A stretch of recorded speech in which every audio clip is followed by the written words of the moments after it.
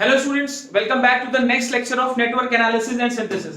Last lecture में बच्चों we have completed the theoretical part of two port network and आज के lecture में we are going to strictly focus on the numerical part. The lecture is based on your semester examinations. हम वही questions discuss करेंगे जो आपके semesters में पूछे जा चुके हैं या gate point of view से important है. Fine. Lecture will be starting with very basic questions. पहले Z और Y पैरामीटर में मैं आपको बहुत सारे सेम टाइप के क्वेश्चंस को अलग अलग तरीके से करने के मेथड बताऊंगा, ट्रिक बताऊंगा कि कैसे आप कोई भी क्वेश्चन सॉल्व कर सकते हो टू पोर्ट नेटवर्क का. I can assure you one thing कि आपके सेमेस्टर एग्जाम्स में टू पोर्ट का 2 क्वेश्चन जरूर आएगा.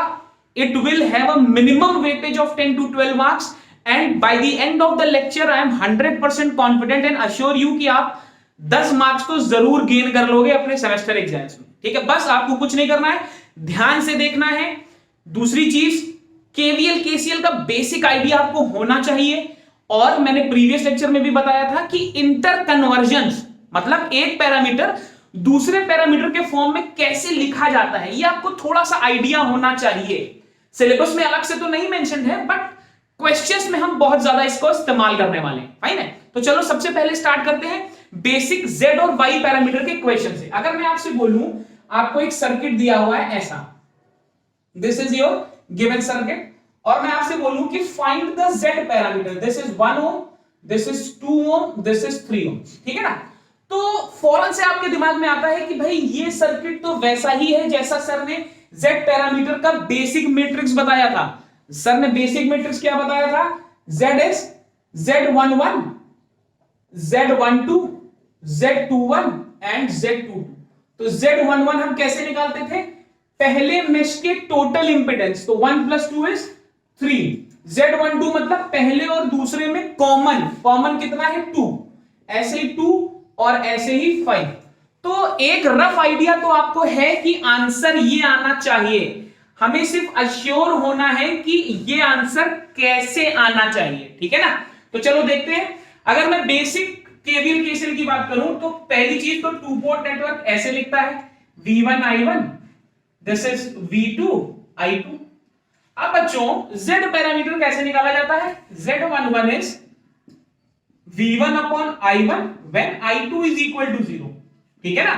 अगर मैं कैरेक्टरिस्टिक इक्वेशन का बात करूं तो that equation is V1 is equal to Z11 I1 plus Z12 I2. ऐसे ही V2 is equal to Z21 I1 plus Z22 I2. This is the basic characteristic equation of a two-port network with Z parameter. ठीक है ना, तो हमें इसी equation का use करते हुए निकालना है. तो यहां पर देखिए, अगर I2 0 है और मैं इस I2 को 0 बोल दूं, ये I2 में 0 कर दूं बच्चों, तो क्या होगा? इस I2 को 0 करते ही ये 3 ओम का रेजिस्टर बेकार हो गया. अब इसका कोई यूज नहीं. अगर ये 3 ओम का रेजिस्टर बेकार हो गया, ये ओपन सर्किट है, तो मेरा सर्किट केवल इतना बचा. और इस सर्किट में V1 upon I1 मेरे को सीधे दिख रहा है कितना आना चाहिए? 3. 1 + 2 3. यहां पर देखो V1 upon I1 कितना आ रहा है बच्चों? 3 आ रहा है. ठीक है ना, तो केवीएल से भी ये इक्वेशन वैलिडेट हो रही है. फाइन. ऐसे ही हम दूसरे एंड से Z22 निकाल सकते हैं. Z22 का वैल्यू भी सीधे निकाल सकते हैं. कितना आएगा? Z22 आएगा 2 + 3 5. देखो मेरे को 5 दिख रहा है.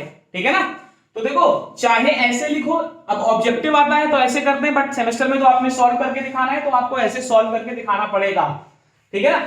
जरा Z12 देखते हैं कैसे लिख सकते हैं. Z12 बच्चों क्या होता है? Z12 is V1 upon I2 when I1 is equal to 0. अब देखो जरा, अगर मैं I1 को 0 कर दूं तो ये रेजिस्टेंस बेकार है. अगर ये रेजिस्टेंस बेकार है तो ये पूरा वोल्टेज यहां पे आ गया. भाई देखिए, ये पूरा वोल्टेज यहां पे आ गया, क्योंकि यहां पर तो कोई पैसिव एलिमेंट है ही नहीं. अगर यहां पर कोई पैसिव एलिमेंट है ही नहीं तो ये पूरा वोल्टेज इसके अक्रॉस आ जाएगा. तो बहुत ही सिंपल है. ये I2 करंट पूरी यहां पे रहेगी, तो यहां पर भी I2 करंट है, तो V1 is equal to 2 into I2. सीधे ओम्स लॉ लगाया, V is equal to IR, तो V1 upon I2 कितना दिख रहा है मुझे?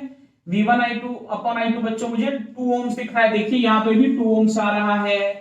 ठीक है. एक और तरीका देखिए, इसी को और कैसे कर सकते हैं. मेरे ख्याल से पहली चीज आपको समझ में आ गई, डेफिनेशन से हमने Z पैरामीटर निकाला, वो भी आपको समझ में आ गया.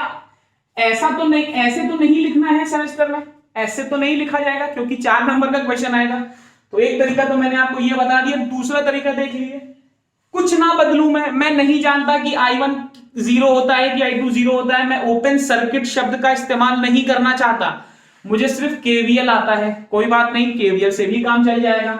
इस लूप में मेश 1 में केवीएल की इक्वेशन लिखेंगे, फटाफट से आपका केवीएल भी रिवाइज हो जाएगा, जिन्होंने नहीं रिवाइज किया उनका। चलो कितना आएगा, V1 minus I1 minus 2 I1 plus I2 is equal to 0। देखो पहले मेश का यही क्वेश्चन होगा, ध्यान से देखो, V1 यहां से देखो, V1 चले, फिर पैसिव एलिमेंट मिला माइनस I1, फिर एक और पैसिव मिला माइनस 2, करंट कितना है, I1 यहां से आ रहा है और I2 यहां से आ रहा है, तो अब की बार यहां पे I1 प्लस I2 करंट है, फाइन है।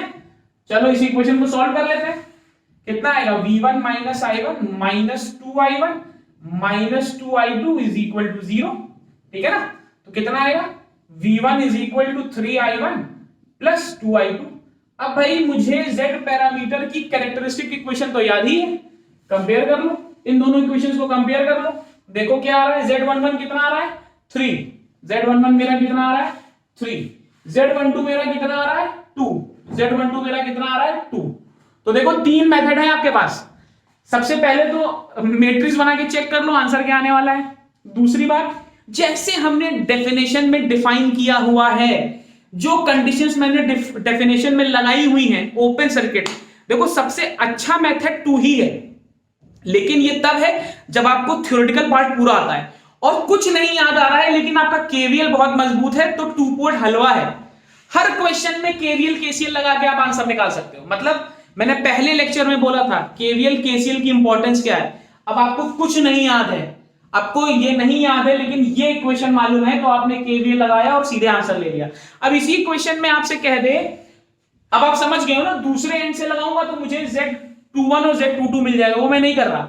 अब इसी क्वेश्चन में वो आपसे कह देता फाइंड ऑल द पैरामीटर्स, ध्यान से समझेंगे, इसी क्वेश्चन में कह देता, जैसा कि अमूमन पूछा भी जाता है, आपको एक नेटवर्क दिया जाता है जहां पर आपसे एक से ज्यादा पैरामीटर पूछता है, तो यहां पर अगर उसने इसी क्वेश्चन में आपसे कह दिया फाइंड वाई पैरामीटर, तो पहला तरीका क्या है बच्चों, मैंने थ्योरी में भी बताया था, Z पैरामीटर की मैट्रिक्स आपके पास है, Y पैरामीटर की मैट्रिक्स कैसे निकालोगे, उसी मैट्रिक्स का इनवर्स कर दोगे। तो इसका इनवर्स निकालने के लिए सबसे पहले मुझे इसका डिटरमिनेंट चाहिए, डिटरमिनेंट कितना है, 15 माइनस 4 इज 11। फिर से सुन लो जिन्होंने नहीं ध्यान दिया, Z पैरामीटर की मैट्रिक्स निकाल ली, प्रिंसिपल डायगोनल एलिमेंट्स को पलट लो और ऑफ डायगोनल एलिमेंट्स में नेगेटिव लगा दो, यही आंसर आएगा Y पैरामीटर का, इसमें कोई डाउट ही नहीं है। दूसरी चीज समझो, ध्यान से समझना, नॉर्मली रेजिस्टिव सर्किट्स रेसिप्रोकल होते हैं, तो अगर रेसिप्रोकल होंगे तो ये दोनों चीजें 90% केसेस में जहां पर आपको रेसिप्रोकल नेटवर्क मिलेगा, ये दोनों चीजें एक ही आएंगी, ये दोनों चीजें देखो Z में भी वही आ रही है, Y में भी वही आ रही है। तो ये गेट में चेक करने का तरीका है, जहां पर हम बिना सॉल्व किए ये देखते हैं कि कौन सा ऑप्शन गलत है, कौन सा सही हो सकता है, बट आपके लिए खाली आंसर चेक करने का मेथड है कि आपका आंसर ठीक आ रहा है कि नहीं। चलो ये अब जरा इसको मेथड से करके देखते हैं, ये तो कहानी वाली बात हो गई। अगर यही चीज मैं आपसे कहता कि इसको प्रॉपरली सॉल्व करिए, तो आप कैसे सॉल्व करते हैं ये ध्यान से देखेंगे, ठीक है ना। इसको फिर से इनफैक्ट बना लेता हूं, ये था मेरा 1, ये था मेरा 2, ये था मेरा 3, ठीक है ना।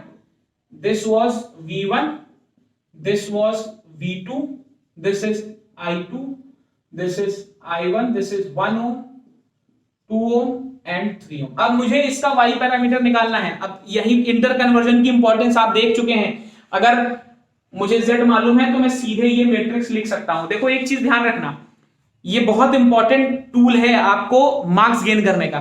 कुछ ऐसे नेटवर्क होते हैं जो अपने आप को they lend themselves to a particular parameter. कुछ नेटवर्क्स में कुछ पैरामीटर निकालना आसान है, लेकिन वो पैरामीटर कभी पूछा नहीं जाता। इस नेटवर्क में Z पैरामीटर कभी पूछा नहीं जाएगा, क्योंकि Z11, Z12, Z21, Z22 आपको मालूम है, देख के ही पता चल रहा है। इसमें पूछेगा इसका T पैरामीटर, इसका H पैरामीटर, बट मैं जानता हूं, आप जानते हो कि इसका Z लिखना सबसे आसान है, आप देख के लिख सकते हो। तो आप इसका z लिख लो, z से h में कन्वर्ट कर लो या z से t में कन्वर्ट कर लो। कैसे कन्वर्ट करोगे ऑलरेडी हम डिस्कस कर चुके हैं, आपने कुछ नहीं करना है, केवल इक्वेशंस को मैनिपुलेट करना है। तो वो जो मैंने एक आर्टिकल बताया था वो न्यूमेरिकल में बहुत सारे न्यूमेरिकल्स कवर करेगा। चलो खैर इसमें y पैरामीटर देखते हैं। तो y पैरामीटर की इक्वेशन बच्चों क्या होगी, I1 is equal to, equation will be I1 is equal to y11 v1 plus y12 v2, ऐसे ही I2 will B y21 v1 plus y22 v2। ये मेरी कैरेक्टरिस्टिक इक्वेशन है। चलो तो अच्छा एक चीज और, z पैरामीटर में हम केवीएल की इक्वेशन लिखते हैं तो अमूमन मेश एनालिसिस यूज करने में आंसर आता है। जब कभी भी y पैरामीटर पूछा जाए तो y पैरामीटर तो केसीएल का इक्वेशन है, तो कोशिश करिएगा केसीएल से करें। ये भी एक ट्रिक है, कैच है कि हम न्यूमेरिकल कहां से शुरू करें ताकि हम जल्दी पहुंचे अपने आंसर पे। तो हमें मालूम है कि यहां पर केसीएल लगाएंगे तो काम जल्दी होगा। देखते हैं केसीएल लगा के। केसीएल लगाने के लिए एक नोड चाहिए, इसका वोल्टेज मान लिया V। चलो नोड पे केसीएल लगाते हैं, मेरे साथ साथ आप भी लगाएंगे, केसीएल रिवाइज होगा। या फिर से बता रहा हूं, जिस नोड पे हम हैं वो नोड मेरे लिए सबसे बड़ी नोड है, बाकी सभी नोड्स मेरे लिए कम पोटेंशियल पे हैं। तो यहां से शुरू करते हैं, क्या आएगा बच्चों, V/2 plus V minus V1/1 plus V minus V2/3 is equal to 0। ठीक है ना, तो इसको सॉल्व कर लो। V/2 plus V minus V1 plus V/3 minus V2/3 is equal to 0। तो ये आ जाएगा, इनको एक साथ कर लेते हैं, तो V plus V/2 plus V/3 is equal to V1 plus V2/3। ठीक है ना, तो यहां पे 6 एलसीएम आ जाएगा, तो ये आ जाएगा 6V plus 3V plus 2V divided by 6 is equal to 3V1 plus V2 divided by 3। ये गया 2 बार, तो ये आ गया 6 7 8 9 10 11 11V is equal to 6V1 plus 2V2। तो यहां से मुझे V मिल गया 6/11V1 प्लस 2/11V2। अब मुझे V मिल गया, मुझे क्या चाहिए, I1 I2 की इक्वेशन V1 और V2 में। तो आसान है, निकाल सकता हूं। कैसे निकालूंगा, यहां से देखो I1 का वैल्यू क्या है, what is I1, what is I1, I1 is V1 minus V divided by 1। यहां से इस आम से देखिए, I1 इज सिंपल केसीएल लगाया है, I1 is V1 minus V divided by V1 क्यों लिया है, क्योंकि करंट का डायरेक्शन ऐसा।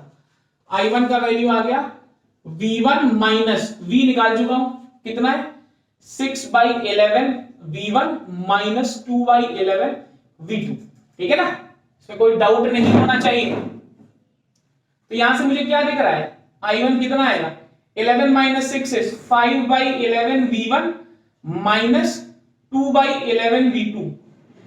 अब जरा इस इक्वेशन को इससे कंपेयर करो, y11 कितना है 5/11, 5/11, y12 कितना है माइनस 2/11। वही आ रहा है जो मैंने सीधे इनवर्स लेके निकाला है। लॉजिक समझ रहे हैं सभी लोग, देख रहे हैं चीजें कैसे कनेक्ट हो रही हैं। फाइन, तो आपने देखा कैसे एक सिंगल नेटवर्क से मैं z और y दोनों निकाल सकता हूं। ठीक है ना, पहले पार्ट में अभी हम देखेंगे कि एक ही क्वेश्चन में सारे पैरामीटर्स कैसे निकालेंगे। अब यहां पे t पैरामीटर निकालना हो तो दो तरीके हैं, या तो t की कैरेक्टरिस्टिक इक्वेशन बनाइए, या बेस्ट है z निकाल चुके हैं, z से t पे आ जाइए। ठीक है ना, तो ये आपकी चॉइस है, आपको कैसे करना है। चलो एक और क्वेश्चन देखते हैं z पैरामीटर का, बहुत ही अच्छा क्वेश्चन है। क्वेश्चन कह रहा है, अब की बार आपके पास पूरे सर्किट में केवल एक ही इंपीडेंस है, केवल एक इंपीडेंस, वो कुछ ऐसा है, ये 1 ओम। आपको ये दे दिया और आपसे कहा गया find the z and y parameters. अब आप सोचते हो कैसे निकालें, अभी z की बात करते हैं, सोचते हो z पैरामीटर कैसे निकालें। तो देखो ऐसा क्वेश्चन कभी भी दिया हो तो भाई 2 पोर्ट अपने आप ही बना लो, कोई प्रॉब्लम नहीं है, 2 पोर्ट अपने आप ही बना लीजिए, कोई प्रॉब्लम नहीं। This is plus minus plus minus, this is V1, this is V2, this is I1, this is I। ठीक, अब यहां पर अगर आपने ध्यान से देखा था लेक्चर, बहुत ध्यान से, मैंने नोट्स में भी एक स्पेशल नोट बनाया हुआ था, यहां पर मैं एक चीज कह सकता हूं कि I1 is equal to minus of I2, कह सकता हूं, बिल्कुल कह सकता हूं। अब क्वेश्चन मुझसे पूछ रहा है find the Z parameters. Z parameter की इक्वेशन क्या है? V1 V2 is a function of I1 I2। ठीक, ये मेरे क्या है? Dependent variables. याद करिए, बहुत अच्छा क्वेश्चन है। These are dependent variables. ये क्या है बच्चों? Independent variables. अब मैंने आपको एक कंडीशन बताई थी, Z पैरामीटर के एग्जिस्टेंस के लिए I1 और I2 कभी भी एक दूसरे से रिलेटेड नहीं हो सकते। अगर होंगे तो Z parameter will not exist. यहां पर क्या दिख रहा है आपको? यहां पर आपको दिख रहा है I1 is equal to minus of I2। That means I1 और I2 में रिलेशन है। I1 और I2 में अगर रिलेशन है, इसका मतलब इस सर्किट के Z पैरामीटर पॉसिबल ही नहीं है। अगर आपसे कोई Z पैरामीटर की मैट्रिक्स बोलेगा तो ये लिखोगे इंफिनिटी इंफिनिटी इंफिनिटी इंफिनिटी। ठीक है ना? अब देखो, अगर आपको कॉन्सेप्ट क्लियर है तो 2 मिनट में आप इस कंक्लूजन पे पहुंच गए, अदरवाइज प्रॉब्लम है। अच्छा, वैसे भी देखो Z11 कितना होता है? Z11 is V1 upon I1 when I2 is equal to 0। ठीक, अच्छा, फिगर देखते ही मुझे दिख रहा है अगर I2 0 है तो I1 भी तो 0 है। अगर I1 0 है तो एनीथिंग अपॉन 0 इज इंफिनिटी। तो सारे पैरामीटर तो इंफिनिटी हो गए बेटा। क्लियर है? तो अगर मेरे पास सिंगल सीरीज एलिमेंट है, नोट कर लो इसको, this is a single series element. अगर सिंगल सीरीज एलिमेंट है तो Z parameter will not exist. Single series element के लिए your Z parameters will never exist. Okay, is it clear to you? चलो अब देखते हैं, इसी का Y पैरामीटर निकालने को आ जाए। तो अब यार यहां से तो नहीं निकल सकता, इसका तो इनवर्स नहीं निकाल सकते। ठीक है ना? तो किसी एक मेथड पे स्टिक नहीं रहेंगे आप, फ्लेक्सिबिलिटी होनी चाहिए 2 पोर्ट में, सारे कॉन्सेप्ट क्लियर होने चाहिए। अब इसका अगर Y निकालना है तो यहां से तो इनवर्स पे नहीं जा सकते। तो क्या है, Y कहता है कि KCL लगाओ तो KCL लगाते हैं। अच्छा, KCL कैसे लगाएंगे? यहां पर ये भी इंपॉर्टेंट है। I1 का वैल्यू कितना है? What is the value of I1? I1 को मैं लिख सकता हूं V1 माइनस V2 अपॉन 1। देखो, I1 is V1 minus V2। भाई और तो कोई नोड है नहीं। ऐसे ही I2 को क्या लिख सकता हूं? I2 को लिख सकता हूं V2 माइनस V1 अपॉन 1। तो ये क्या है बच्चों? V1 minus V2। ये क्या है? V2 minus V1। ठीक, कंपेयर कर दो। इक्वेशन क्या होती है? I1 is equal to Y11 V1 plus Y12 V2। ऐसे ही I2 कितनी होती है? Y21 V1 plus Y22 V2। दोनों इक्वेशंस को कंपेयर करो, सीधे दिख रहा है Y11 is 1, Y12 is minus 1। Matrix बना लो, Y11 is 1, Y12 is minus 1, Y21 is minus 1, Y22 is 1। भाई इसको पलट के लिखेंगे क्योंकि Y पैरामीटर की इक्वेशन से मैच कराना है। तो ये हो गया माइनस V1 प्लस V2। तो भाई इसका Y पैरामीटर तो एग्जिस्ट कर रहा है, Y पैरामीटर एग्जिस्ट कर रहा है, लेकिन Z पैरामीटर एग्जिस्ट नहीं कर रहा। तो ये वो क्वेश्चंस हैं जो सेमेस्टर में आते हैं तो आप कंफ्यूज हो जाते हो, बहुत कंफ्यूजन क्रिएट कर देता है 2 नंबर में ये क्वेश्चन। ठीक है, तो आई होप लॉजिक क्लियर है। चलो एक और मजेदार क्वेश्चन देखते हैं, वो भी बहुत कंफ्यूजन क्रिएट करेगा। अभी मैंने सिंगल सीरीज एलिमेंट की बात की थी, अगर मैं सिंगल शंट एलिमेंट बना दूं तब क्या होगा? सिंगल शंट एलिमेंट का मतलब क्या हुआ? मैं आपसे कह दूं ये है ऐसे, अब की बार मैं बना ही देता हूं, ये इसका Y पैरामीटर निकालिए 1, इसका Y पैरामीटर निकालिए, या चलो Z से शुरू करते हैं। तो Z तो दिख रहा है आपको, Z पैरामीटर आपको दिख रहा है 1 1 1 1, बना लोगे? मुझे नहीं लगता कि भाई यहां वाला इंपिडेंस 0 है, यहां वाला इंपिडेंस भी 0 है, तो 1 प्लस 1 क्लियर है, इसमें कोई प्रॉब्लम नहीं है। इसका Y पैरामीटर जरा लिखो। अगर मैं आपसे बोलूं ये Z है, इसका Y निकालो, तो डिटर्मिनेंट ऑफ Y तो 0 है, 1 माइनस 1 0, तो Z, तो Y पैरामीटर की मैट्रिक्स तो यहीं से मुझे इंफिनिटी इंफिनिटी इंफिनिटी इंफिनिटी दिख रही है। तो ये तो क्लियर है कि इसका Y पैरामीटर नहीं निकलेगा। लॉजिक देखो, ये तो क्लियर है कि इसका Y पैरामीटर नहीं निकलेगा। क्वेश्चन में इसका Y ही पूछेगा, बात को समझ रहे हैं? इसका Y पूछेगा, इसका Z नहीं पूछेगा। Z तो मेरे को दिख रहा है, बट Y इसका एग्जिस्ट ही नहीं करेगा। ठीक है ना? अब जरा वेरीफाई कर लेते हैं, मान लेते हैं ये V1 है, ये V2 है, ये मेरा I2 है, ये मेरा I1 है, ठीक है ना। तो y पैरामीटर के लिए मेरे को क्या चाहिए, y पैरामीटर के लिए मुझे चाहिए KCL। अब यहां पर तो कोई इंपिडेंस है नहीं ना, यहां पे कोई इंपिडेंस है, मतलब जो वोल्टेज यहां पे है वही वोल्टेज यहां पे है, तो क्या मैं कह सकता हूं V1 और V2 बराबर हैं, 100% बराबर हैं सर, क्योंकि बीच में कोई पैसिव एलिमेंट नहीं है। जितना ड्रॉप यहां है वो पूरा ड्रॉप यहां पे आ गया, वैसे ही जितना ड्रॉप यहां है वो पूरा ड्रॉप यहां पे आ गया, ठीक है ना। अब भैया y पैरामीटर की इक्वेशन कहती है I1 I2 is a function of V1 V2 and V1 V2 are independent variables। अगर ये इंडिपेंडेंट वेरिएबल्स हैं तो इनके बीच में कोई भी संबंध नहीं होना चाहिए, बट भैया यहां तो बोल रहे हैं कि बराबर हैं, अगर बराबर हैं तो इसका y पैरामीटर एग्जिस्ट नहीं करेगा। क्लियर है। तो ये हमने अभी 3 बेसिक नेटवर्क पढ़े हैं जो बहुत कंफ्यूजन क्रिएट करते हैं आपके अंदर। अब थोड़ा सा लेवल बढ़ाते हैं। लेवल कैसे बढ़ाते हैं, चलिए देखते हैं। नेक्स्ट लेवल पे हमें कैसे क्वेश्चंस मिलेंगे z या y पैरामीटर निकालने के लिए। चलिए फटाफट से चेक करते हैं। मान लेते हैं क्वेश्चन आ गया ऐसे 1 2 2 1 2, ये 1 2 2 3 1, ये कह रहे हैं भाई z पैरामीटर निकालो। चलो बहुत सारे तरीके। पहला तरीका क्या है, सबसे बेसिक तरीका, आपको कुछ नहीं आता मैंने मान लिया, लेकिन आपको केवीएल आता है, प्लस माइनस V2 I2। अब देखो कभी भी ये कंफ्यूजन नहीं होना चाहिए टू पोर्ट के क्वेश्चन में कि V1 V2 I1 I2 कहां है। चाहे बीच में जितने भी डब्बे बने हों, आपने क्या करना है भाई, आपने केवल इसको कर दो 4। अभी बताऊंगा क्यों। V1 V2 I1 I2 पहले और आखिरी पोर्ट पे ही लगाना है, ठीक है ना।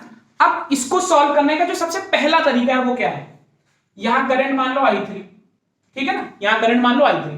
पहले लूप में केवीएल लगाएंगे तो V1 minus I1 minus 2 I1 minus I3 is equal to 0। अभी तक आप सभी लोग स्मार्ट हो चुके हैं, केवीएल गलत नहीं करेंगे।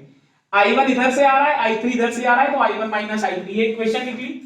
V1 minus I1 minus 2I1 plus 2I3 is equal to 0, तो V1 is equal to 3I1 minus 2I3, पहली इक्वेशन आ गई। ठीक, इधर से केवीएल लगा लो, दूसरे लूप में केवीएल लगा लो। देखो क्या इक्वेशन बनेगी, क्या इक्वेशन बनेगी बच्चों, V2 minus I2 minus 2 I2 plus I3 is equal to 0। मैं बहुत तेजी में लिख रहा हूं, कैलकुलेशन मिस्टेक चेक करते रहिएगा।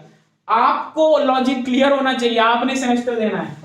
V2 minus I2 minus 2I2 minus 2I3 is equal to 0। तो दूसरा इक्वेशन क्या बन जाएगा बच्चों, V2 is equal to 3I2 plus 2I3, ये दूसरा इक्वेशन बन गया। अब बेसिक इक्वेशन क्या कहती है, अगर I3 एलिमिनेट कर लूं मैं तो मेरा काम बन गया।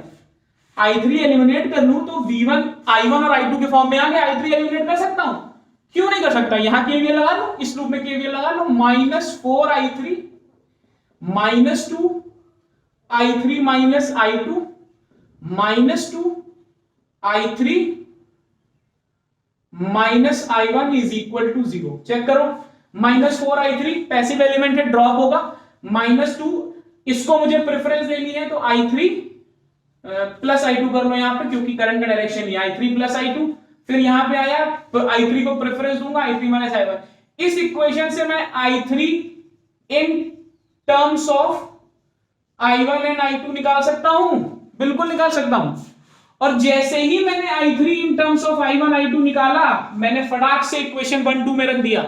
इक्वेशन 1 2 में रख के सीधे मैंने किससे कंपेयर किया, इससे। V1 V2 is a function of I1 I2 और मेरा Z पैरामीटर आ गया। ये सबसे लेंदी तरीका है, ये सबसे लेंदी तरीका है, ठीक है, इसको करने का, लेकिन सबसे बेसिक है। कुछ नहीं आता तब भी आंसर आना है।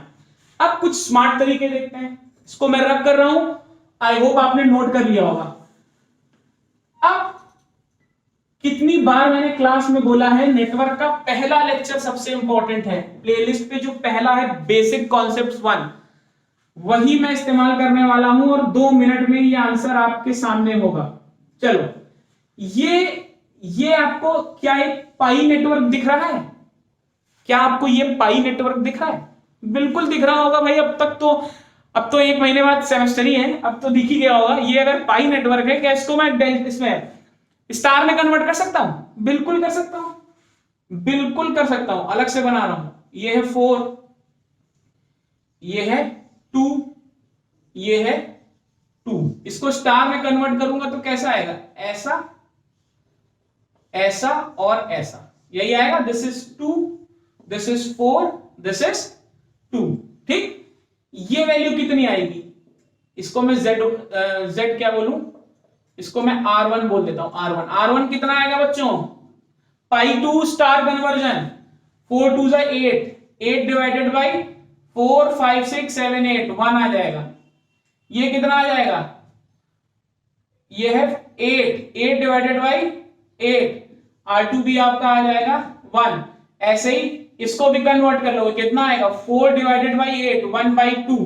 ठीक, अब एक बार आपने पाई को स्टार में कन्वर्ट कर लिया, ध्यान से देखिए, इस नेटवर्क को मैं रिप्लेस कर रहा हूं, ऐसे ऐसे देखिएगा कैसे कर रहा हूं। इस नेटवर्क को मैंने इस नेटवर्क से अगर रिप्लेस कर दिया तो ये कुछ ऐसा ही है, R1।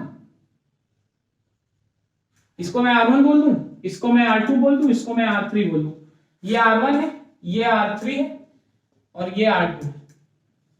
क्या ये मेरा सर्किट ऐसा नहीं दिख गया आपको? देख गया कितना आसान हो गया सर्किट, मतलब चुटकी बजा के आंसर आपने ओरली सॉल्व कर लिया, बस आपने पाई को स्टार में कन्वर्ट किया। अब ये दोनों आपको सीरीज में दिख रहे हैं? बिल्कुल दिख रहे हैं। ये दोनों सीरीज में दिख रहे हैं? हाँ सर बिल्कुल दिख रहे हैं।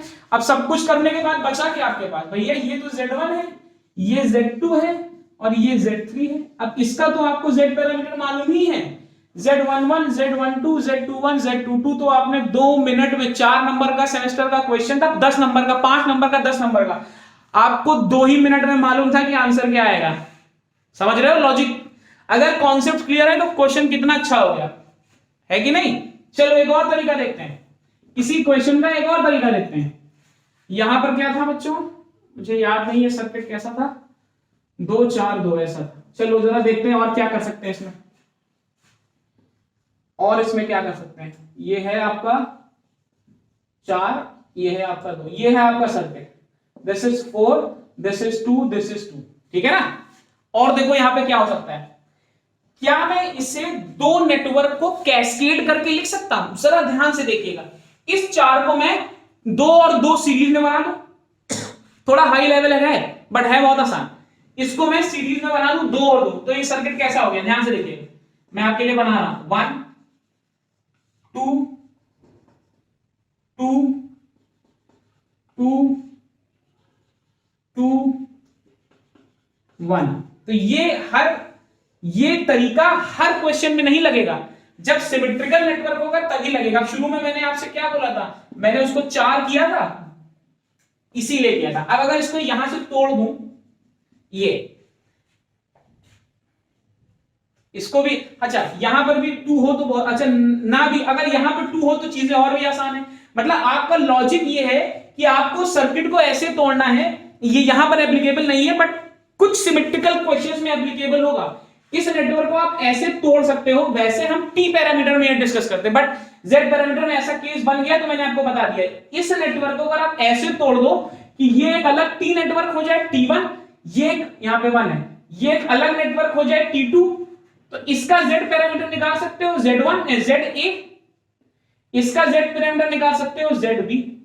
ठीक, अब ये कैस्केड में कनेक्टेड है, ध्यान से दीजिएगा, देखिएगा ये कैस्केड में कनेक्टेड है। तो कैस्केड में हमारा रूल क्या है, टोटल होता है TA मल्टीप्लाइड बाई TB। अभी लास्ट लेक्चर में पढ़ के आए, तो Z मैं निकाल सकता हूं देख के ही, Z से T निकाल सकता हूं, मुझे रिलेशन मालूम है, यहां से T निकाल सकता हूं, दोनों T की मैट्रिक्स को सीधे मल्टीप्लाई कर दूंगा तो मुझे ये पैरामीटर भी मिल जाएगा।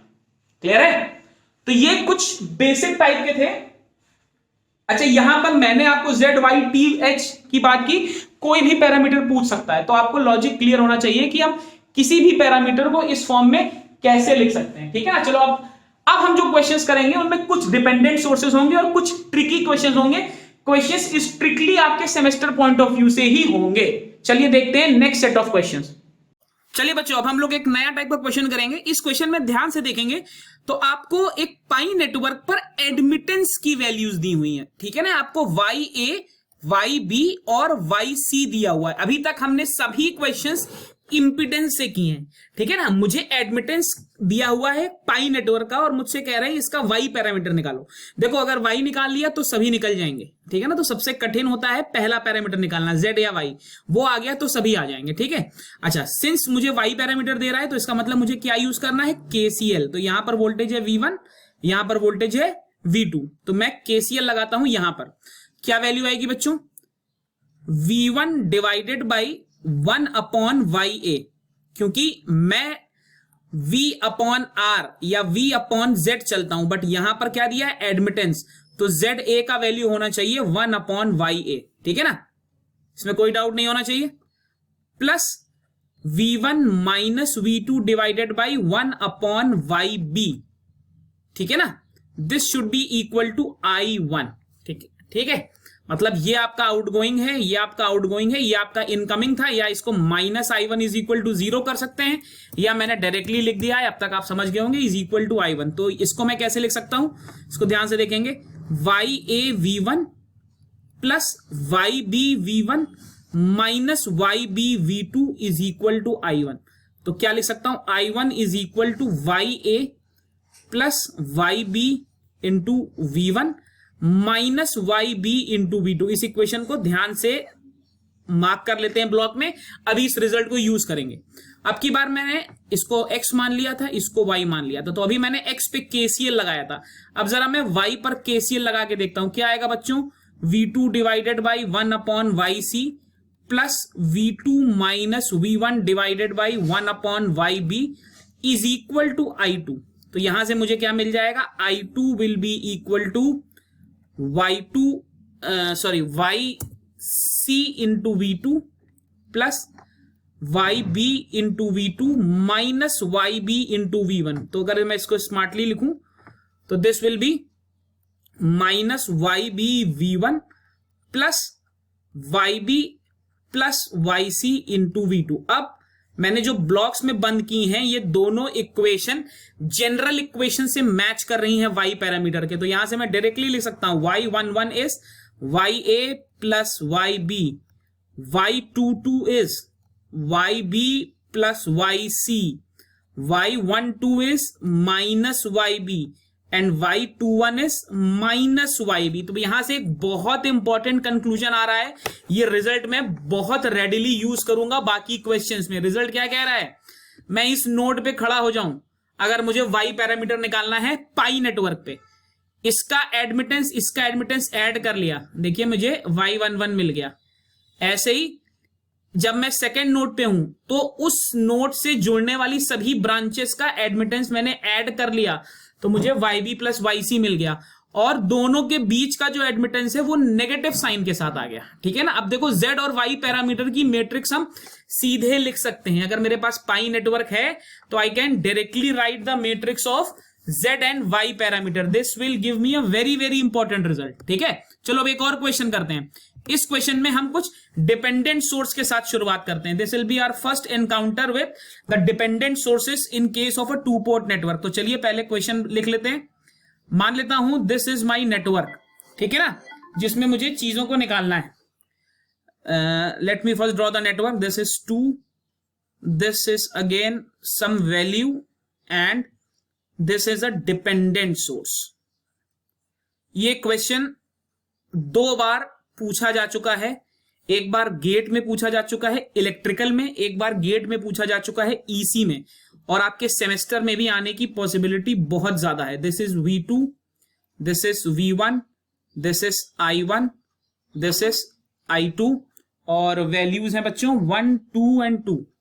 This is 1 ohm, 2 ohm and 2 ohm. ये मेरी वैल्यूज है और क्वेश्चन में मुझसे कह रहा है find Z and Y parameter. In fact अगर मुझसे कुछ भी कहता Z, Y, T, H तो मैं निकाल लेता। अब बहुत ध्यान से अप्रोच देखेंगे। जैसे मैंने आपको भी पहले 2 क्वेश्चंस में बताया, मेरे पास बहुत सारे तरीके हैं इस क्वेश्चन को करने के। सबसे इजी और लेमन तरीका है जिसमें कुछ सोचना ही नहीं है, वो है यहां पर I3 मान लेना है और KVL KCL लगा के करना है। बट हम वो तरीका नहीं फॉलो कर रहे हैं, लेंदी है। हम थोड़ा स्मार्टली काम करते हैं। स्मार्टली काम करते हैं मतलब अगर आप ध्यान से इस नेटवर्क को देखो तो मैं इस पाई को यहां पे स्टार में कन्वर्ट कर सकता हूं। ठीक, इस पाई को मैं यहां पर स्टार में कन्वर्ट कर सकता हूं। मैं इसको A बोल देता हूं, इसको B बोल देता हूं, इसको C बोल देता हूं। ठीक है, अगर मैं इसे स्टार में कन्वर्ट कर दूं तो मेरा नेटवर्क कैसा हो जाएगा, ध्यान से देखिए। यहां पर A आ जाएगा, A इज इक्वल टू जो भी वैल्यू आए, यहां पर C इज इक्वल टू जो भी मैं वैल्यू निकालूं, और यहां पर B इज इक्वल टू जो भी अभी मैं वैल्यू निकालूंगा, और यहां पर एज इट इज मैंने इसको बना दिया। देखो, नेटवर्क में क्वेश्चन सॉल्व करना और स्मार्टली सॉल्व करना ये 2 अलग चीजें हैं।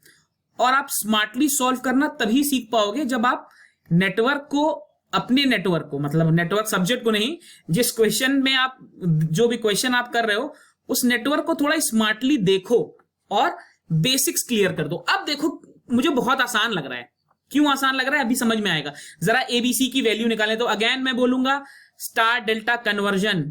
ए की वैल्यू कितनी आनी चाहिए, ए की वैल्यू आनी चाहिए, ट्रिक समझ लो। ए इस नोड पे है तो इन दोनों की वैल्यू मल्टीप्लाई कर लो 2 डिवाइडेड बाई तीनों की वैल्यू 1 + 2 + 2, 1 + 2 + 2 इज 5। तो ए की वैल्यू आनी चाहिए 2/5, ये आएगा 2/5 ओम। ऐसे बी की वैल्यू क्या आनी चाहिए, 2 × 2 इज 4, 4/5 ओम, ये आना चाहिए 4/5 ओम। ऐसे ही सी का वैल्यू क्या आएगा, सी इन दोनों नोड्स के बीच में है, देखो ऐसे जोड़ रहा है, तो 1 × 2, 2/5। अब अच्छा पार्टी, मेरे पास ए, बी और सी का वैल्यू आ गया है। अब मुझे जेड पैरामीटर निकालना है, कोई प्रॉब्लम की बात नहीं है। थोड़ा सा स्मार्ट मैनिपुलेशन और करता हूं। ये करंट होनी चाहिए I2। ठीक, अगर ये I2 है, ये 3I1 है, तो यहां पर कितनी करंट होनी चाहिए, I2 - 3I1। बहुत सिंपल है, KCL है। ठीक है ना, यहां पर होनी चाहिए I2 - 3I1। मतलब I2 यहां जा रही थी, 3I1 यहां चली गई, तो I2 - 3I1 यहां चली गई। अब यहां से I1 आ रही थी, तो यहां कितनी जाएगी बच्चों, यहां जाएगी I1 + I2 - 3I1। ये कितना आएगा, I2 - 2I1। अब देखो मेरे पास सभी रेजिस्टेंसेस के वैल्यू मालूम है। सिंपल KVL लगाना है मुझे और कुछ नहीं करना। चलो KVL लगाते हैं, देखते हैं क्या आता है। पहले लूप में लगाते हैं। लूप 1 में क्या आएगा, V1 - 2/5 I1 - 2/5। करंट कितना है इसमें, I2 - 2I1 is equal to 0। Solve कर लेते हैं। V1 - 2/5 I1 - 2/5 I2 + 4/5 I1 is equal to 0। ठीक है ना, कितना आ जाएगा, V1 एंड यहां आ जाएगा +2/5 I1 - 2/5 I2 is equal to 0। तो V1 is equal to -2/5 I1 + 2/5 I2। तो अभी तक बहुत से बच्चे समझ गए होंगे कि उन्हें Z11 मिल चुका है, दैट इज -2/5, एंड Z12 भी मिल चुका है, दैट इज 2/5। बिल्कुल ऐसे ही मुझे Z22 और Z21 भी मिल जाएगा। अब की बार यहां लगाऊंगा KVL। इसमें तो किसी को कोई डाउट नहीं है कि 3I1 को मुझे इंक्लूड नहीं करना है, इसमें कोई डाउट नहीं होना चाहिए। तो कितना आएगा बच्चों, V2 - 4/5 I2 - 3I1। भाई इसमें I2 - 3I1 है, -2/5 इसमें I2 - 2I1 है, इज इक्वल टू 0। सॉल्व कर लेंगे फटाफट से। V2 - 4/5 I2 + 12/5 I1 - 2/5 I2 + 4/5 I1 is equal to 0। अब I1 वाले एक साथ पकड़ लो, ये हो गया एक I1, ये हो गया एक I1। कितना आ जाएगा, V2 प्लस 16/5 I1, I2 वाले एक साथ पकड़ लो, कितना आ जाएगा -6/5 I2 इज इक्वल टू 0। तो यहां से मुझे क्लियरली दिख रहा है, एक और रिजल्ट आता हुआ दिख रहा है। वो रिजल्ट क्या है बच्चों? V2 is equal to -16/5 I1 plus 6/5 I2। तो अब यहां से मैं Z22 और Z21 भी निकाल सकता हूं, ठीक है ना? फाइन, इसमें कोई डाउट नहीं होना चाहिए किसी को। अब एक बार मैंने Z पैरामीटर की मैट्रिक्स बना ली। अब Z पैरामीटर की मैट्रिक्स मान लीजिए आ गई मेरी -2/5, 2/5, -16/5 एंड 6/5। अब मैं कुछ भी निकाल सकता हूं, Y चाहूं Y, T चाहूं T, H चाहूं H, G चाहूं G, कुछ भी निकाल सकता हूं। तो आप देख रहे हैं डिपेंडेंट सोर्स होने से कोई खास फर्क नहीं पड़ रहा है, प्रोवाइडेड आपको लॉजिक्स क्लियर हो। चलिए कुछ और मजेदार क्वेश्चंस करते हैं। चलिए बच्चों, this is the next question. मुझे अब की बार कुछ डिफरेंट करते हैं, एच पैरामीटर निकालते हैं। जरा एच पैरामीटर की इक्वेशन लिखते हैं। V1 I2 is a function of I1 V2। यही मेरे एच पैरामीटर की इक्वेशन है। V1 I2 is a function of I1 V2, मतलब V1 is equal to H11 I1 plus H12 V2 and I2 is equal to H21 I1 plus H22 V2। ये मेरी equation है H parameter की, ठीक है ना? इस नेटवर्क से मुझे एच पैरामीटर्स निकालने हैं। एच पैरामीटर्स में भी मुझे H11, H12, H21 और H22 निकालने हैं, ठीक? अब मुझे एक चीज दिख रही है कि H12 एंड H22 ये तब निकलते हैं जब मेरा I1 0 होता है, ठीक है ना? ये मेरा तब निकलता है जब I1 0 होता है।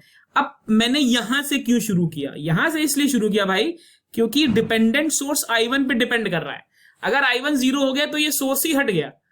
तो भाई I1 इज इक्वल टू 0 अगर करें तो मेरा सर्किट कैसा बन जाएगा? Redrawing the circuit for I1 is equal to 0, redrawing the circuit for every I1 is equal to 0। देखते हैं क्या होता है। I1 इज इक्वल टू 0 मतलब यहां तो कोई फर्क नहीं पड़ना, ये एज इट इज रहना है। ऊपर का सब कुछ हट जाएगा भाई, तीन जाम। सर्किट तो बहुत ही आसान हो गया। सर्किट अब मेरा बहुत आसान हो गया। This is R3, this is R2, this is R1, this is I1 is equal to 0, this is plus minus, this is V1, this is plus minus, this is V2, this is I2। अब मुझे क्या निकालना है? H12। H12 is V1/V2 when I1 is equal to 0, ठीक? तो भाई मुझे तो क्लियरली दिख रहा है अगर I1 0 है तो इस रेजिस्टर में तो करंट जाना नहीं है। अगर इस रेजिस्टेंस में करंट जाना नहीं है, रेजिस्टर बेकार है, तो यहां पर आ गया भाई V1, ठीक है ना? यहां पे आ गया V1 और मेरे को निकालना क्या है? V1/V2। तो व्हाट, अच्छा ये करंट बेकार है तो V1 is equal to R2 into I2, एक इक्वेशन तो ये आएगी। And what I can write is I can write V2 is equal to I2 और यहां पे मैं लिख सकता हूं R2 प्लस R3। भाई यहां से लगा दूं KVL, ठीक है? इसमें कोई डाउट नहीं होना चाहिए।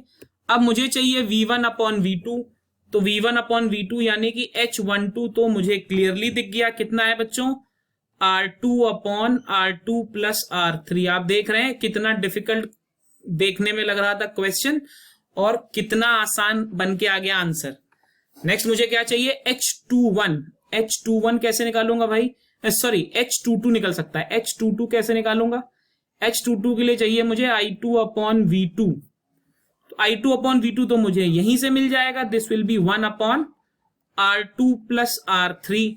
इसका मतलब H22 भी मुझे मिल गया 1/R2 प्लस R3। तो आप देख रहे हैं एक छोटे से मैनिपुलेशन से चीजें कितनी आसान हो गई। देखिए, ये आपको क्वेश्चन देख के डिसाइड करना है कि आपको अप्रोच कौन सी रखनी। यहां पर मैंने ये अप्रोच, मैं इस क्वेश्चन को KVL से भी कर सकता हूं, कोई प्रॉब्लम नहीं आएगी। इनफैक्ट इजी ही होगा। KVL क्या, KCL से भी कर सकता हूं, ठीक? बट मुझे ये अप्रोच यहां पर थोड़ी ठीक लगी तो मैंने ये लगा लिया, ठीक? अब अभी भी हम H11 और H21 नहीं निकाल पाए हैं, इसको नोट करिए, फिर जरा H11 और H21 की बात करते हैं। ठीक, चलो सर्किट पे देखिए, H11 और H21 निकालने के लिए हमारे पास V2 इज इक्वल टू 0 होना चाहिए। भाई V2 इज इक्वल टू 0 का तो मतलब हुआ कि ये शॉर्ट कर दिया, ये शॉर्ट कर दिया, अभी मेरा V2 इज इक्वल टू 0 है। ठीक है ना। अच्छा, ये शॉर्ट कर दिया, इसका मतलब ये पॉइंट और ये पॉइंट अब एक ही है। ठीक, अच्छा, शॉर्ट करने का मतलब यहां पर पोटेंशियल भी 0 है। ठीक, इसमें भी कोई डाउट नहीं होनी चाहिए, किसी को नहीं होनी चाहिए डाउट। फाइन, यहां तक अब आप समझ चुके हो, इतना नेटवर्क अब आप जान रहे हो। यहां पर एक पोटेंशियल मान लेते हैं भाई, मान लिया मैंने, यहां पर पोटेंशियल है Vx। ठीक, तो मैं ऐसा करता हूं, इसको यहां पर रब कर देता हूं, या चलो नीचे ही करता हूं, आप में से काफी लोग कॉपी नहीं कर रहे होंगे। चलो अब मुझे लगाना है भाई KVL, sorry KCL node X पे। तो नोड X पे KCL लगाने के लिए आई एम सॉरी, मुझे थोड़ा सा रब करना पड़ेगा, because I can not afford to shift on the next page. चलो यहां पर कोशिश करते हैं करने की। क्या होगा KCL का इक्वेशन, नोड X पे लगा रहा हूं, तो Vx अपॉन R2, ठीक है ना, प्लस जरा ठीक से देखोगे तो ये करंट जा रहा है। ठीक, तो इसको जोड़ लेते हैं भाई, अल्फा I1, कोई दिक्कत नहीं इसमें, प्लस इस नोड का तो वोल्टेज 0 है, तो ये कितना आएगा, Vx upon R3 is equal to current आ रही है I1। तो भाई एक इक्वेशन तो मुझे यहां से मिल गई। फाइन, कोई डाउट इसमें किसी को? इस इक्वेशन से मैं क्या निकाल सकता हूं, Vx निकाल सकता हूं भाई। चलते हैं Vx निकालने की कोशिश करते हैं। Vx ये आ जाएगा R2 plus R3 divided by R2 R3, ये आ जाएगा I1 1 माइनस अल्फा। तो मैं यहीं पर लिखने की कोशिश करता हूं, इसको हटाता हूं। चलो Vx मेरा कितना आ गया, Vx आ गया भाई R2 R3 I1 1 minus alpha divided by R2 plus R3।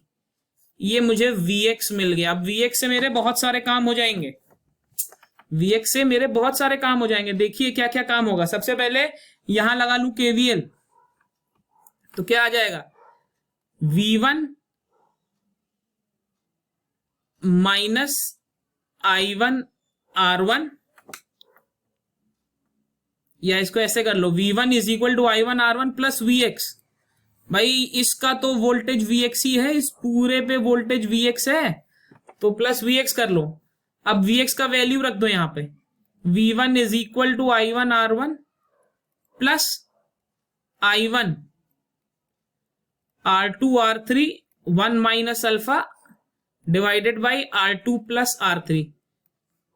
ठीक, कोई डाउट यहां पर किसी को नहीं होना चाहिए। अब की बार फिर से एक बार KCL लगाते हैं, अब की यहां लगाते हैं, ठीक है ना, यहां पे KCL लगाते हैं तो देखते हैं मुझे क्या क्या मिल सकता है।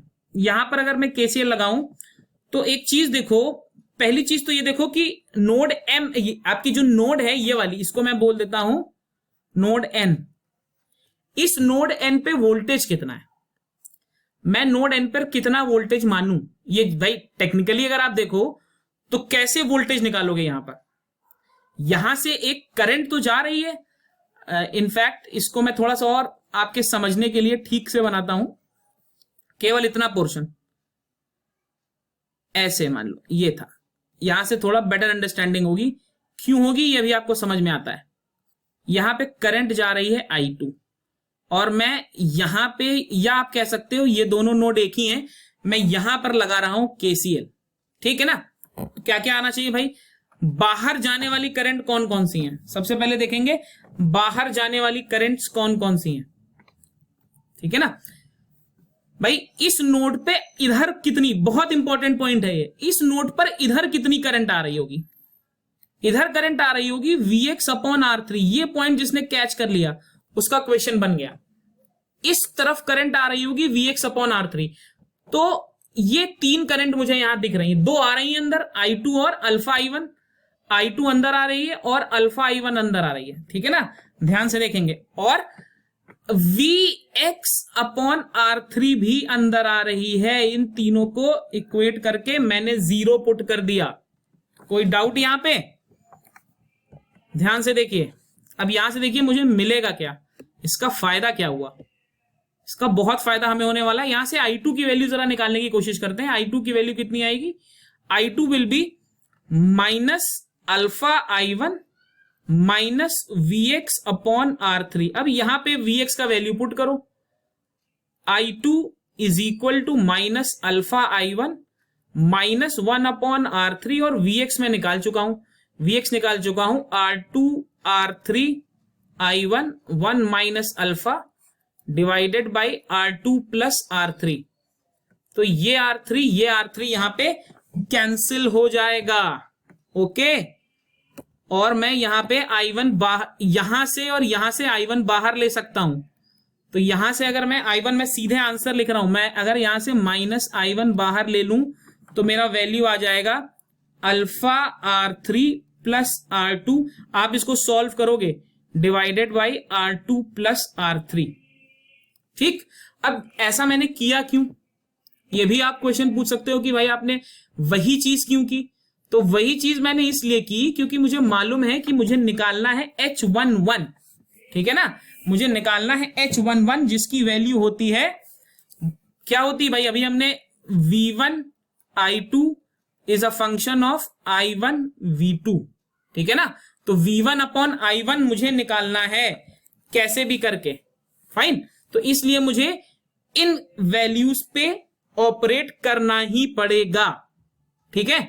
तो इस इक्वेशन की हेल्प से और इस इक्वेशन की हेल्प से you can easily find the other two parameters, ठीक। चलो अब एक और क्वेश्चन करते हैं। देखिए ध्यान से समझिएगा इस तरह का क्वेश्चन वैसे तो Z और Y पैरामीटर के लिए पूछा जाता है मोस्टली, बट हमने H पैरामीटर के लिए किया है ताकि आपको डाउट ना हो। और इसको कंप्लीट करेंगे आप लोग, इस क्वेश्चन को आप लोग कंप्लीट करेंगे। मैं आंसर लिख देता हूं आपके लिए, आंसर आने वाला है, I am writing the answer. GATE पे भी ये क्वेश्चन पूछा जा चुका है। H21 का वैल्यू आएगा माइनस अल्फा, इसको नोट कर लीजिए, R3 plus R2 divided by R2 plus R3, ठीक। ऐसे ही आप H11 का वैल्यू निकालोगे, थोड़ा लेंदी है, R1 प्लस 1 माइनस अल्फा। देखो यहां पर लेंदी क्यों है ये भी मैं आपको बता दूं। यहां पर बेसिकली हम फॉर्मूला एक तरीके से डिराइव कर रहे हैं। अगर यहीं पर R1 R2 की आपको वैल्यूज दी होती तो ये क्वेश्चन इतना लेंदी ना होता भाई। वहां पर R2 R3 तो न्यूमेरिकल वैल्यूज आ जाएंगी। अगर न्यूमेरिकल वैल्यूज आ गई तो काम ही आसान हो गया, ठीक है ना। तो इसमें कोई ऐसा टेंशन वाला बात नहीं है। चलो एक सेट ऑफ क्वेश्चंस और करते हैं, उसके बाद फिर will end this lecture, already lengthy हो। चलो बच्चा पार्टी, अब ये क्वेश्चन देखो। अब इस क्वेश्चन और पुराने क्वेश्चन में जरा सिमिलरिटी देखिए। अब इस क्वेश्चन को मैं दूसरी तरीके से करूंगा, ठीक है ना। अब आपको पता चलेगा कि टू पोर्ट नेटवर्क कितना आसान है। देखो ये क्वेश्चन जो अभी करके आए इतना लेंदी। अब दूसरा क्वेश्चन देखो, सब कुछ वही है, खाली वैल्यू दी है, ठीक। अब की बार क्या करते हैं, कुछ अलग करने की कोशिश करते हैं। अलग ये करते हैं बच्चों कि इसको कन्वर्ट कर लेते हैं भाई वोल्टेज सोर्स में। अभी तक हो सकता है कुछ लोगों ने सोचा भी हो कि सर इसको वोल्टेज सोर्स में कन्वर्ट कर ले तो बहुत आसान हो जाएगा। अभी 2-3 क्वेश्चन पहले करके आए थे, तो करके देख लेते हैं, देखते हैं कितना आसान हो जाता है या आसान होता भी है कि नहीं, ठीक है। तो जैसा मैंने लेक्चर की शुरुआत में भी कहा था, अगर आपको केवीएल केसीएल आता है, आपने नेटवर्क का बेसिक कॉन्सेप्ट का लेक्चर ध्यान से पढ़ा है, तो टू पोर्ट नेटवर्क से आसान कोई भी टॉपिक नहीं है। और इसमें अच्छा शायद इसीलिए लास्ट 1-2 सेमेस्टर से ये ज्यादा भी पूछा जा रहा है, क्योंकि नेटवर्क में काफी बच्चों को प्रॉब्लम होती है, बैक वगैरह लगती है। तो वो बैक ना लगे इसलिए आपको इस क्वेश्चन से, इस पर्टिकुलर चैप्टर से वेटेज ज्यादा दी जाती है। तो भाई जिनको स्कोर करना है वो इसका फायदा उठाएं, ठीक है ना। 0.9 इंटू I1 और इंटू 10 आपका आ जाएगा 9I1। अब देखो भाई मुझे क्या निकाल, कुछ भी निकालना हो, X Y Z H T कुछ भी निकालना हो, जरा देखते हैं। पहले लूप में केवीएल लगाते हैं, क्या आएगा बच्चों, मैं अब सीधे लिख रहा हूं, V1 is equal to I1, ठीक है ना भाई। V1 is equal to I1 plus कितना आएगा, I1 प्लस I2, ठीक। तो यहां से मुझे पहली क्वेश्चन क्या मिल जाएगी, V1 is equal to 2i1 plus i2 मिल गया भाई। z पैरामीटर तो दिख गया मुझे, सीधे मुझे यहीं से दिख रहा है z112 है, z121 है। तो इतना सारा करने के बाद अगर मैं z पैरामीटर निकाल ले रहा हूं तो अब h तो मेरे लिए बहुत ही आसान है भाई, z को h में कन्वर्ट कर लेंगे, या आपको y टू h का कन्वर्जन याद हो तो z को y में कन्वर्ट कर लेंगे। ठीक है, अब जरा आउटपुट पोर्ट पे केवीएल लगा के देखते हैं। v2 minus 9i1 minus 10i2 minus i1 plus i2 is equal to 0। ये भी गेम यही खत्म। v2 आपको v1 और v2 के i1 और i2 के टर्म में मिल गया। दैट मींस आपने इस सर्किट से z पैरामीटर निकाल लिया। एक बार अगर आपने z पैरामीटर निकाल लिया तो आप कोई भी पैरामीटर निकाल सकते हो। ठीक है ना, तो लॉजिक यही है। चलो एक और इंपॉर्टेंट चीज देखो बच्चों, जरूरी नहीं है कि सर्किट में केवल रेजिस्टर ही मिले आपको क्वेश्चन में, ये भी पूछ सकता है, फाइंड द z पैरामीटर। ये 1 है, ये 1 फैरेड है, सॉरी ये 1 फैरेड है और ये 1 हेनरी है। तो कोई बात नहीं, लाप्लास में हम देख चुके हैं, हम इनको एस डोमेन में कन्वर्ट कर सकते हैं। ये हो जाएगा s इंटू एल, ये होता है 1 अपॉन s इंटू सी। तो ये हो गया 1 अपॉन s, ये हो गया s। तो मेरा सर्किट कैसा बन गया बच्चों, ऐसा बन गया। This is now my new circuit, this is s, this is 1 upon s, this is 1। अभी जब हम 2 पोर्ट के बाद ड्राइविंग पॉइंट पढ़ेंगे तो वहां पर ऐसे क्वेश्चंस करेंगे। अभी यहां पर भी z पैरामीटर लिख सकता हूं 1 प्लस s, ठीक, s प्लस 1 अपॉन s, सीधे s पैरामीटर की मैट्रिक्स लिख सकता हूं। ठीक है ना, आई होप आपको बेसिक आइडिया लग गया होगा। देखिए सभी टाइप के क्वेश्चंस हमने कवर कर लिया। मैंने आपको इंटरकनेक्शन का क्वेश्चन भी बता दिया कि कैसे आपको पहचानना है कि नेटवर्क इंटरकनेक्टेड। एक बार फिर से आपको रिपीट कर देता हूं, बहुत से बच्चे को अलग से अगर टॉपिक चाहिए हो, मान लो ऐसा क्वेश्चन आ गया, ऐसा तो आप इसको इंटरकनेक्शन से भी बना सकते हो।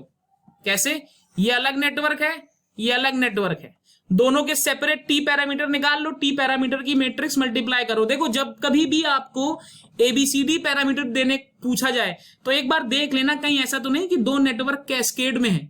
अगर कैस्केड में है तो उनके इंडिविजुअल टी पैरामीटर्स निकालकर आप उनको ऐड कर मल्टीप्लाई कर सकते हो मैट्रिक्स।